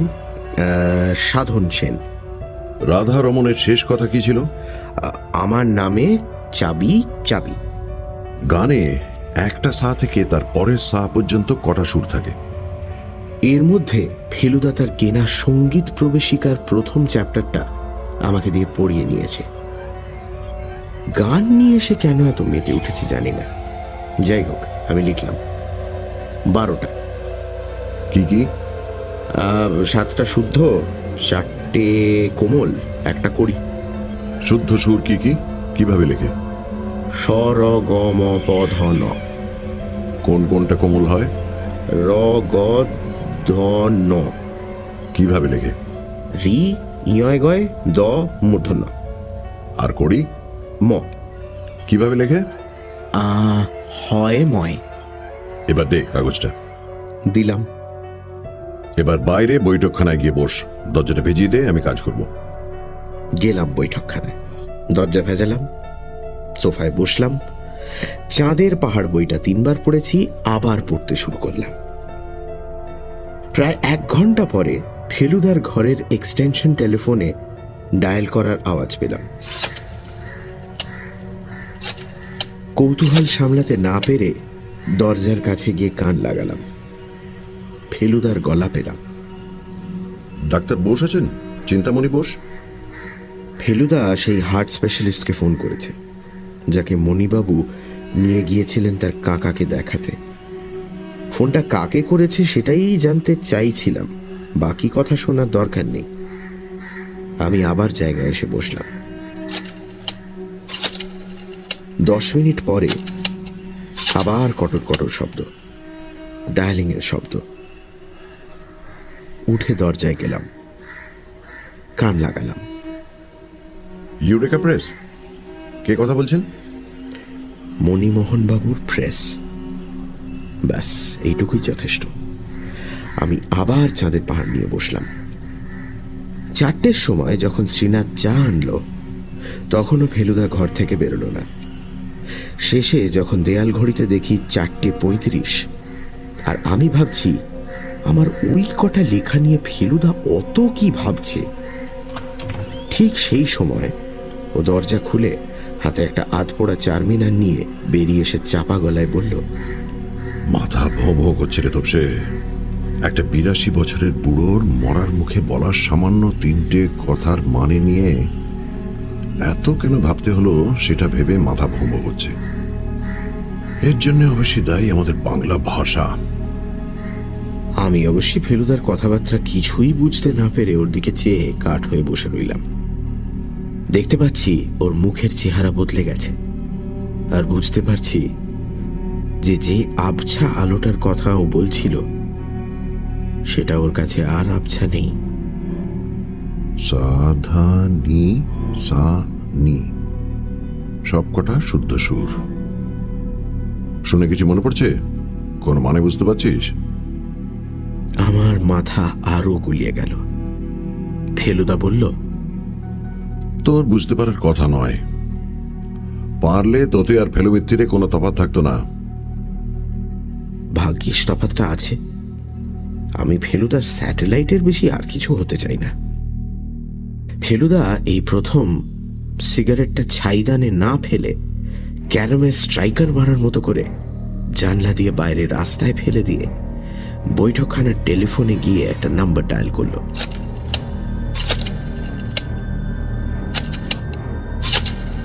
দশ সেকেন্ড পরেই কথা। কে? মিস্টার সমাদ্দার, চলে আসুন, এক্ষুনি বামুনগাছি যেতে হবে। হ্যাঁ, হয়ে গেছে, সব পরিষ্কার। মেলোকড। হ্যাঁ, মেলোকডই আমাদের রহস্যের চাবিকাঠি। তারপর টেলিফোনটা রেখে গম্ভীর গলায় বলল, একটা রিস্ক আছে রে তোপসে, কিন্তু সেটা না নিলেই নয়। মণিবাবুর ড্রাইভার গুরুচরণ দেখতে বুড়ো হলেও ভিআইপি রোডে 85 কিলোমিটার/আওয়ার স্পিড তুলল। ফেলুদার ভাব দেখে মনে হলো 100 হলে সে আরো খুশি হতো। এয়ারপোর্টের পর খানিকটা রাস্তা লোকজনের ভিড়ে স্পিড অনেক কমল, কিন্তু পরের দিকে আবার 60-এ উঠল। যদিও রাস্তা তত চওড়া নয়, আর সন্দেহ হয়ে আসছে। রাধারমণবাবুর গেটের কাছাকাছি এসে ফেলুদা বলল, পাহারার লোক আসার সময় হয়নি বোধহয় এখনো। গেট দিয়ে ঢুকতেই বাগানে দেখলাম বন্দুক হাতে সাধন দাঁড়িয়ে আছে। গাড়ি থেকে নেমে ফেলুদা বলল, কি সাধনবাবু, এই সন্ধ্যের আলোতে কি শিকার হচ্ছে? সাধন বলল, বাদুর। রাধারমণবাবুর কম্পাউন্ডের ঠিক বাইরে একটা অশ্বত্থ গাছ থেকে কয়েকটা বাদুর ঝুলছে, সেটা গাড়ি থেকে নেমেই আমার চোখে পড়েছিল। অনুকূল গাড়ির আওয়াজ পেয়ে তার ঘর থেকে বেরিয়ে এসেছিল। মণিবাবু তাকে লণ্ঠন জ্বালতে বলে বাড়ির ভেতর ঢুকলেন, আর আমরাও ঢুকলাম তার পেছন পেছন। 8291 তালাটা খুলতে খুলতে মণিবাবু বললেন, রহস্যের কিভাবে সমাধান হলো সেটা জানতে খুব ইচ্ছে করছে। আসলে ফেলুদা সারা রাস্তা কোনো কথা বলেনি, কাজেই মণিবাবুর যা অবস্থা আমারও তাই। অন্ধকার ঘরে ঢুকে ফেলুদা তার ভীষণ জোরালো টর্চটা ঘরের পশ্চিমের দেয়ালের নিচের দিকে ফেলল। আমার বুক ঢিপ ঢিপ করছে। আলোটা সোজা গিয়ে টেবিলে রাখা মেলোকর্ডের ওপর পড়েছে।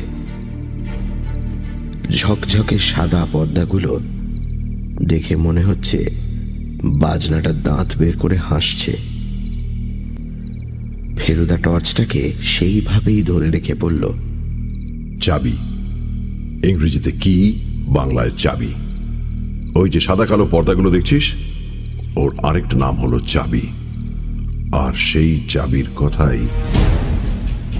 চোখের পলকে এমন একটা ব্যাপার ঘটে গেল যেটা ভাবতে এখনো আমার গায়ে কাঁটা দিচ্ছে। মণিবাবু হঠাৎ বাঘের মতো লাফিয়ে মেলোকরটাকে তুলে নিয়ে সেটা দিয়ে ফেলুদার মাথায় একটা প্রচন্ড বাড়ি মেরে আমাকে এক ধাক্কায় মাটিতে ফেলে ঊর্ধ্বশ্বাসে দরজা দিয়ে বেরিয়ে গেলেন। ফেলুদা মার খাবার ঠিক আগেই নিজেকে বাঁচানোর জন্য টর্চ সমেত হাত দুটো মাথার উপর তুলেছিল। তাই হয়তো তার মাথায় চোট লাগেনি, কিন্তু তা সত্ত্বেও হাতের যন্ত্রণাতেই সে দেখি খাটে বসে পড়েছে। আমি নিজে মেঝে থেকে উঠতে না উঠতেই বুঝলাম মণিবাবু বাইরে থেকে 8291 বন্ধ করে দিয়েছেন। আমি তাও দৌড়ে গিয়ে কাঁক দিয়ে দরজায় একটা ধাক্কা মেরেছি। এমন সময় ফেলুদার গলা পেলাম। বাথরুম। বাইরে থেকে গাড়ি স্টার্ট দেওয়ার একটা শব্দ, আর তারপরেই ঠাঁই করে একটা আওয়াজ। আমরা দুজনে ঝড়ের মতো বাথরুমে ঢুকে জমাদারের দরজা খুলে বাইরে বেরোলাম। বাগানের দিক থেকে গোলমাল, অনুকূলের গলা, অবনীবাবুর গলা। মণিবাবুর গাড়িটা বাই করে গেট দিয়ে বেরিয়ে চলে গেল। আমরা সামনের দরজার কাছে পৌঁছে গেছি। ওটা কে বসে আছে কাঁকড় বেছানো রাস্তার উপরে? অবনীবাবু চেঁচাচ্ছেন, তুমি কি করলে সাধন? এটা কি করলে তুমি? ছি ছি ছি ছি ছি ছি। সাধন তার সরু অথচ গম্ভীর গলায় বেশ ঝাঁঝের সঙ্গে বলল, ও যে দাদুর বাজনা নিয়ে পালাচ্ছিল। এবার ফেলুদা বলল, ও ঠিকই করেছে অবনীবাবু। অপরাধীকে এয়ারগান দিয়ে পঙ্গু করে ও আমাদের সাহায্যই করেছে। যদিও ভবিষ্যতে ওকে একটু সাবধানে বন্দুক চালাতে হবে। আপনি এক্ষুনি থানায় ফোন করে দিন, গাড়িটাকে যেন পালাতে না দেয়। ওর নাম্বার হলো WMA6164। অনুকূল আর ফেলুদা দুজনে মিলে মণিবাবুকে ধরে তুলল। তার কপালের বাঁ দিক থেকে ছররার গুলি লেগে রক্ত পড়ছে। ভদ্রলোক একেবারে থুম মেরে গেছেন। মেলোকরটা মণিবাবুর পাশেই কাঁকড়ের ওপর পড়েছিল। আমি সেটাকে খুব সাবধানে তুলে নিলাম। আমরা চারজন রাধারমণ বাবুর খাটের পাশে গোল হয়ে চেয়ারে বসে চা খাচ্ছি। চারজন মানে আমি, ফেলুদা, অবনীবাবু আর বারাসাত থানার দীনেশ গুঁই। ইনি বোধহয় ইন্সপেক্টর হবেন। ঘরের এক কোণে সিন্দুকটার সামনে আরো দুজন লোক রয়েছে। একজন দাঁড়িয়ে, সে বোধহয় কনস্টেবল, আর একজন চেয়ারে ঘাপটি মেরে বসে। ইনি হলেন অপরাধী মণিমোহন সমাদ্দার, যার কপালে এখন ব্যান্ডেজ বাঁধা। এছাড়া সাধনও রয়েছে। সে জানলার ধারে দাঁড়িয়ে বাইরের অন্ধকারের দিকে দেখছে। আমাদের পাঁচজনের মাঝখানে টেবিলের ওপর রয়েছে মেলোকর্ড। এইবার বোধহয় ফেলুদা একটা রহস্য উদ্ঘাটন করবে। ফেলুদার ঘড়ির কাঁচ ভেঙে গেছে, আর বাঁ হাতের কবজির খানিকটা ছাল উঠে গেছে। রাধারমণ বাবুর বাথরুম থেকে ডেটল নিয়ে লাগিয়ে সেখানে সে রুমাল বেঁধে রেখেছে। হাত থেকে চায়ের কাপটা মাটিতে নামিয়ে রেখে ফেলুদা বলতে আরম্ভ করল, মণিমোহন সমাদ্দারকে আমি সন্দেহ করতে আরম্ভ করি আজ দুপুর থেকে। কিন্তু তিনি কোনো একটা বেচাল না চাললে তাকে বাগে আনা যাচ্ছিল না, কারণ তার বিরুদ্ধে প্রমাণের অভাব। আমি তাই খানিকটা রিস্ক নিয়েই তাকে প্রশ্রয় দিচ্ছিলাম। আমাকে আচমকা আক্রমণ করে বাজনা নিয়ে পালানোটাই হলো তার ভুল চাল। শেষ পর্যন্ত তিনি পালাতে পারতেন না ঠিকই, কিন্তু তিনি যে এত তাড়াতাড়ি শায়েস্তা হলেন তার জন্য অবশ্যই দায়ী সাধনের এয়ারগান। মণিমোহন বাবুর একটা কথায় প্রথম খটকা লাগে। কথাটা যখন বলেছিলেন তখন লাগেনি, পরে লাগে। উনি বলেছিলেন পরশু ওর প্রেসে ওভারটাইম কাজ হচ্ছিল, তাই ওর বাড়ি ফিরতে অনেক রাত হয়েছিল। পরশু ছিল সোমবার। আমি জানি যে পাড়ায় মণিবাবুর প্রেস সে পাড়ায় সন্ধ্যায় নিয়মিত লোডশেডিং হয়। আমার এক প্রফেসর বন্ধু সেই একই পাড়ায় থাকে। আজ ইউরেকা প্রেসে ফোন করে জানতে পারি যে প্রথমত সোমবার বিকেল থেকে লোডশেডিং এর জন্য কাজ বন্ধ ছিল, আর দ্বিতীয়ত মণিমোহন বাবু দুপুরের পর আর সেদিন প্রেসেই যাননি। এই মিথ্যে কথাটাতেই আমার মনে ভীষণ খটকা লাগে। আর তারপরেই সন্দেহ হয় উনি রাধারমণ বাবুর শেষ কথা সম্বন্ধে যা বলেছিলেন সেটা সত্যি তো? রাধারমণের মৃত্যুর সময় মণিবাবু ছাড়াও একজন লোক সেখানে ছিলেন। তিনি হলেন ডাক্তার চিন্তামণি বোস।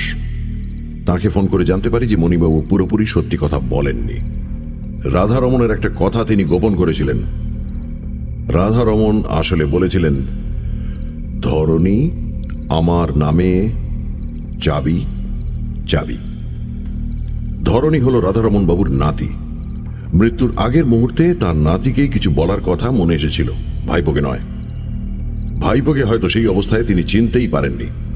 আসলে নাতির সঙ্গে তার সরাসরি সম্পর্ক না থাকলেও তার উপর থেকে রাধারমণ বাবুর স্নেহ যায়নি। তার অভিনয়ের প্রশংসা কাগজে বেরোলে তিনি তা কেটে রাখতেন। কিন্তু যে কথাটা তিনি নাতিকে বলতে চেয়েছিলেন সেটা শুনে ফেলল তাঁর ভাইপো। চাবি কথাটা শুনে মণিমোহন বুঝলেন যে টাকা পয়সার কথা বলা হচ্ছে, কিন্তু চাবি দিয়ে কিছুই বেরোলো না। তখন মণিবাবুকে গোয়েন্দা ফেলু মিত্তিরের কাছে আসতে হলো। মতলব এই যে আমি টাকার সন্ধান দেব আর উনি সুযোগ বুঝে সেটি আত্মসাৎ করবেন। উইল আছে কিনা জানা নেই, না থাকলে টাকা নাতি পাবে, আর থাকলেও মণিবাবুর পাওয়ার সম্ভাবনা কম, কারণ আমার বিশ্বাস রাধারমণ বাবু তার ভাইপোকে পছন্দ করতেন না। এখন কথা হচ্ছে, আমার কাছ থেকে কিছু একটা লুকোবার জন্যই নিশ্চয়ই মণিবাবুর মিথ্যে কথা বলার দরকার হয়েছিল। তার মাথায় কি সেদিন কোনো ক্রূর অভিসন্ধি খেলছিল যে কারণে তার পক্ষে প্রেসে যাওয়া সম্ভব হয়নি? সেই দিনই মাঝরাত্রে যে লোক রাধারমণ বাবুর ঘরে হানা দিয়েছিল সে কি তাহলে মণিমোহন সমাদ্দার? এটা আমার কাছে খুবই বিশ্বাসযোগ্য বলে মনে হয়, কারণ সেদিনই সকালে আমি যখন রাধারমণ বাবুর বাথরুম পরীক্ষা করে দেখি তখন জমাদারের দরজা ভেতর থেকে বন্ধ ছিল। সে দরজা খুলবে কে এবং কেন? বাথরুমটা তো আর ব্যবহারই হচ্ছে না। আসলে যে লোক ঢুকেছে সে সামনের দরজা দিয়ে জার্মান তালা খুলে ঢুকেছে। সে তালার সংকেত তার জানা। ঘরে ঢুকে সে লোক জমাদারের দরজা খুলে বেরিয়ে এসে জার্মান তালা বন্ধ করে আবার বাথরুম দিয়ে ঢুকেছে। এই লোক যে মণিমোহন সমাদ্দার তাতে কোনো সন্দেহ নেই। তিনি বোধহয় বাকি কথাটার মানে বুঝে ফেলে মেলেকট নামক চাবিওয়ালা যন্ত্রটা নিতে এসেছিলেন, তাই না? আমাদের সকলের দৃষ্টি মণিবাবুর দিকে গেল। মাথা হেঁট অবস্থাতেই তিনি আবছা অন্ধকারে দুবার মাথা নেড়ে হ্যাঁ বললেন। ফেলুদা বলল, চাবি যে বাজনার চাবি সেটা বুঝলেও মণিবাবু বোধহয় রাধারমণের বাকি সংকেতটা ধরতে পারেননি, কারণ অতটা বুদ্ধি ওর নেই। এই বাকি সংকেতটা আমি বুঝতে পারি আজ বিকেলে, আর সেটার জন্যও দায়ী শ্রীমান সাধন। এবার আমরা সকলে অবাক হয়ে সাধনের দিকে চাইলাম। সেও দেখি বড় বড় চোখ করে ফেলুদার দিকে দেখছে। ফেলুদা বলল, তোমার দাদু সুরের বিষয় কি বলেছিলেন সেটা আরেকবার বলে দাও তো সাধন। সাধন প্রায় ফিসফিস করে বলল, যার নামে সুর থাকে তার গলাতেও সুর থাকে। ফেলুদা বলল, ভেরি গুড। এবার রাধারমণ বাবুর আশ্চর্য বুদ্ধির দিকটা ক্রমে বোঝা যাবে। যার নামে সুর থাকে, বেশ, সাধনের নামটাই ধরা যাক, সাধন সেন। এবার অকার একার বাদ দিয়ে কি দাঁড়ায় দেখা যাক। স ধ ন স ন, অর্থাৎ গানের সুরের ভাষায় সা ধা নি সা নি। এই আশ্চর্য ব্যাপারটা বোঝার সঙ্গে সঙ্গেই যেন একটা নতুন দিক খুলে গেল। আমার নামে চাবি। রাধারমণ বাবু কি এখানে নিজের নামের কথাটাই বোঝাতে চাচ্ছেন? রাধারমণ সমাদ্দার রে ধা রে মা নি সা মা দা দা রে। কি সহজ, অথচ কি ক্লেভার, কি চতুর। ধরণীধরও কিন্তু গাইতে পারত, আর তার নামেও দেখছি সুর। ধা রে নি ধা রে সামা দা দা রে। এইটে বোঝার সঙ্গে সঙ্গেই আমি নিশ্চিন্ত হয়ে গেলাম যে ওই মেলোকর্ডই রাধারমণের ব্যাংক। যান্ত্রিক কলাকৌশলের দিকে রাধারমণ বাবুর যে একটা ঝোঁক ছিল, সেটা ওই জার্মান তালা থেকে বোঝা যায়। এই মেলোকর্ডও জার্মানিতেই তৈরি। স্পিগলার কোম্পানি নামে একটি বিখ্যাত বাজনা প্রস্তুতকারক রাধারমণ বাবুর বিশেষ নির্দেশ অনুযায়ী এই মেলোকর্ড তৈরি করে। কি ভাগ্যি সেটি সুরজিৎ দাশগুপ্তর হাতে চলে যায়নি। অবশ্যই যন্ত্র দেবার আগে রাধারমণ তার ভেতরের জিনিস নিশ্চয়ই বার করে নিতেন। বোধহয় ব্যাংকের আর প্রয়োজন বোধ করছিলেন না তিনি। হয়তো তার আর বেশি দিন বাঁচা হবে না, এটা তিনি সত্যিই বুঝতে পেরেছিলেন। সুরজিৎ ভদ্রলোকটিকে আমরা মিছিমিছি সন্দেহ করছিলাম। ভাবছিলাম উনি ছদ্মবেশী ধরণীধর। আসলে সুরজিৎ বাবু সত্যি একজন বাজনা পাগল সঙ্গীতজ্ঞ লোক। তার উল্লেখ আমি গানের বইতে পেয়েছি। আর ধরণীধর সত্যি তার যাত্রার দলের সঙ্গে ট্যুরে বেরিয়েছে। এখন জানা দরকার যে তার ভাগ্যে সত্যিই কোনো অর্থপ্রাপ্তি আছে কিনা। তার অনেকদিন থেকে একটা নিজের যাত্রা দল করার ইচ্ছে। মঞ্চলোকের একটা ইন্টারভিউতে এসে তাই বলেছে। তবে সে লণ্ঠনটা কাছে এনে ধরত। আমি লণ্ঠনটা খাটের পাশের টেবিল থেকে তুলে মেলোকর্ডের পাশে এনে ধরলাম। ফেলুদা বলল, অনেক ধকল গেছে এটার উপর দিয়ে, তবে জার্মান জিনিস তো। দেখা যাক রাধারমণের বুদ্ধি আর স্পিগলার কোম্পানির কারিগরি মিলে কি জিনিস দাঁড়িয়েছে। রাধারমণ সমাদ্দারের নামের অক্ষর ধরে ধরে ফেলুদা চাবি টিপতে আরম্ভ করে দিল। টুং টাং করে একটা অদ্ভুত সুর বেরোচ্ছে মেলোকর্ড থেকে। শেষ সুরটা টেপার সঙ্গে সঙ্গে একটা চাবুকের মতো শব্দ করে সকলকে চমকে দিয়ে মেলোকর্ডের ডান পাশের কাঠটা দরজার মতো খুলে গেল।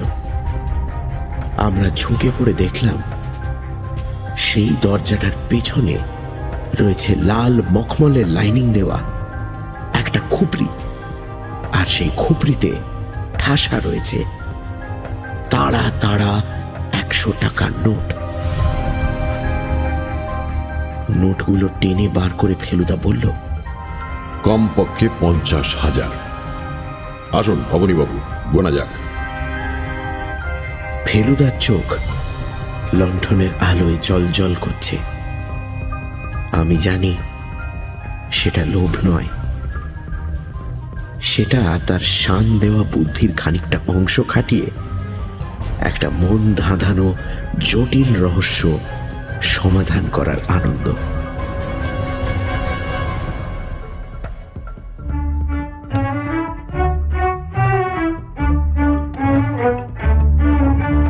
শুনছিলেন সমাদ্দারের চাবি। রচনা সত্যজিৎ রায়, ফেলুদা সব্যসাচী চক্রবর্তী, তোপসে ও অন্যান্য কয়েকটি ভূমিকায় দীপ, অবনী ও সুরজিৎ দাশগুপ্তর ভূমিকায় মীর। ফেলুদা থিম সত্যজিৎ রায়। শব্দগ্রহণ, আবহ সঙ্গীত এবং স্পেশাল এফেক্টসে রিচার্ড। মেলোকর্ড এবং হারমোনিয়ামে রবিন। পরিকল্পনা ও পরিচালনায় ইন্দ্রাণী। রেডিও মির্চির তরফ থেকে আন্তরিক ধন্যবাদ শ্রী সব্যসাচী চক্রবর্তী ও শ্রী সন্দীপ রায়কে আমাদের পাশে থাকার জন্য।